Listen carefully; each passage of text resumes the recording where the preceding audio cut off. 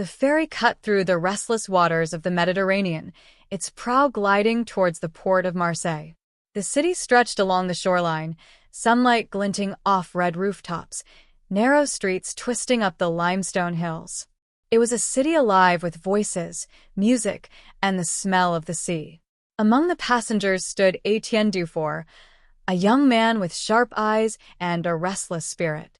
He carried only a small satchel and the weight of an unspoken secret. The gulls wheeled above him, as if sensing his hesitation. Behind him, the horizon was nothing but fading blue. Ahead, Marseille loomed with the promise of opportunity and the shadow of danger. On the quayside, Clémence Arnaud, daughter of a fisherman, weaved through the crowd. Her laughter carried above the noise, but her eyes darted about nervously. She was searching for someone, though she dared not admit to herself who it might be.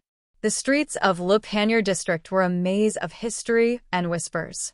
Murals clung to the walls, shutters slammed against the Mistral wind, and at every corner, stories waited to unfold. Etienne stepped into this labyrinth of stone and shadow, unaware that his arrival had already stirred curiosity. From a café terrace, an older man observed him silently. His name was Captain Morel, a figure both respected and feared in the old port. He tapped his cane against the cobblestones, as if measuring Etienne's steps. Something about the young stranger reminded him of days long past. As the sun dipped behind the Basilica of Notre Dame de la Garde, casting long shadows over the harbor, the city seemed to hold its breath.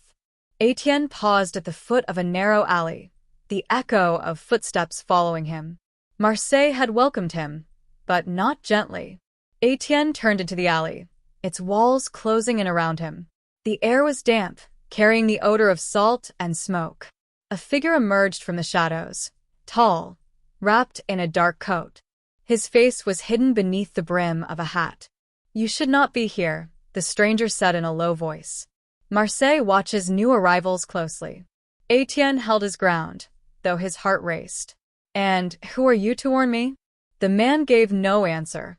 Instead, he handed Etienne a folded piece of paper.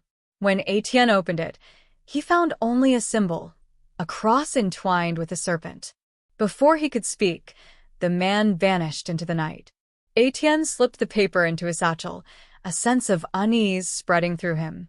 Whatever this sign meant, he was now entangled in it. The next morning, the Vieux Port awoke with its market stalls. Fishermen shouted their prices, children ran between baskets of olives, and the scent of grilled sardines filled the air. Clémence walked among the traders, but her eyes were fixed on Etienne. She had followed him discreetly, curious about the stranger who had arrived on the ferry. Etienne asked an old bookseller about the strange symbol. The bookseller stiffened, his hands trembling. "Do not speak of it here," he whispered. "That mark belongs to the circle. They see everything." Clémence gasped softly, but quickly turned away before Etienne noticed.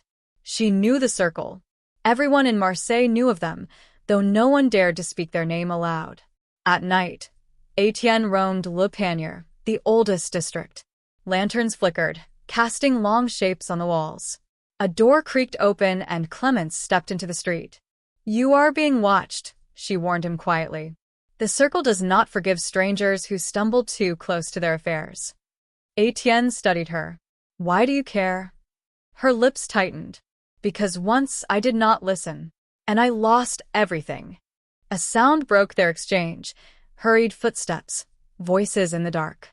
They ran, weaving through narrow passages, until they found refuge in a deserted chapel. The walls were cracked, the candles long dead, but in the silence, Etienne felt something stir. The following day, Captain Morel invited Etienne to his quarters above the harbor. Maps covered the walls, ropes and compasses hung from the beams. "You are far from home," Morel said, "and yet you bring with you trouble that belongs to this city." Etienne placed the paper with the serpent cross on the table. "What do you know of this?" Morel's eyes darkened. "Enough to warn you. The circle has ruled Marseille's undercurrents for decades.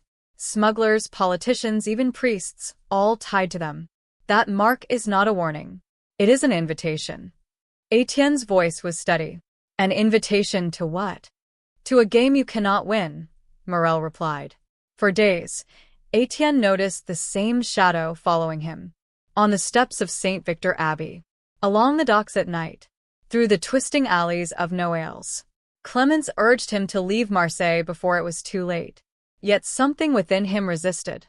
The city had gripped him, and so had the mystery. One night, the shadow drew closer.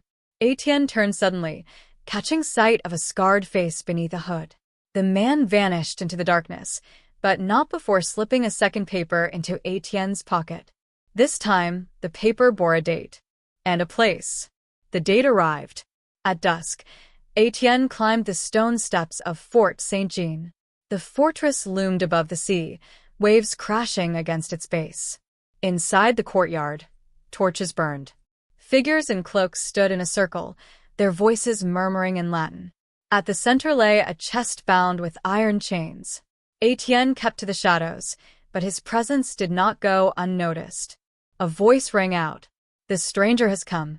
The cloaked figures turned their heads as one. Etienne froze, his secret exposed. The circle's leader stepped forward. His mask gleamed like bronze, his voice echoing against the stone. You carry the mark. You are bound to us now. Etienne clenched his fists. I never asked for this. Choice is an illusion, the leader replied. He drew a dagger and sliced his palm, letting blood drip onto the chest.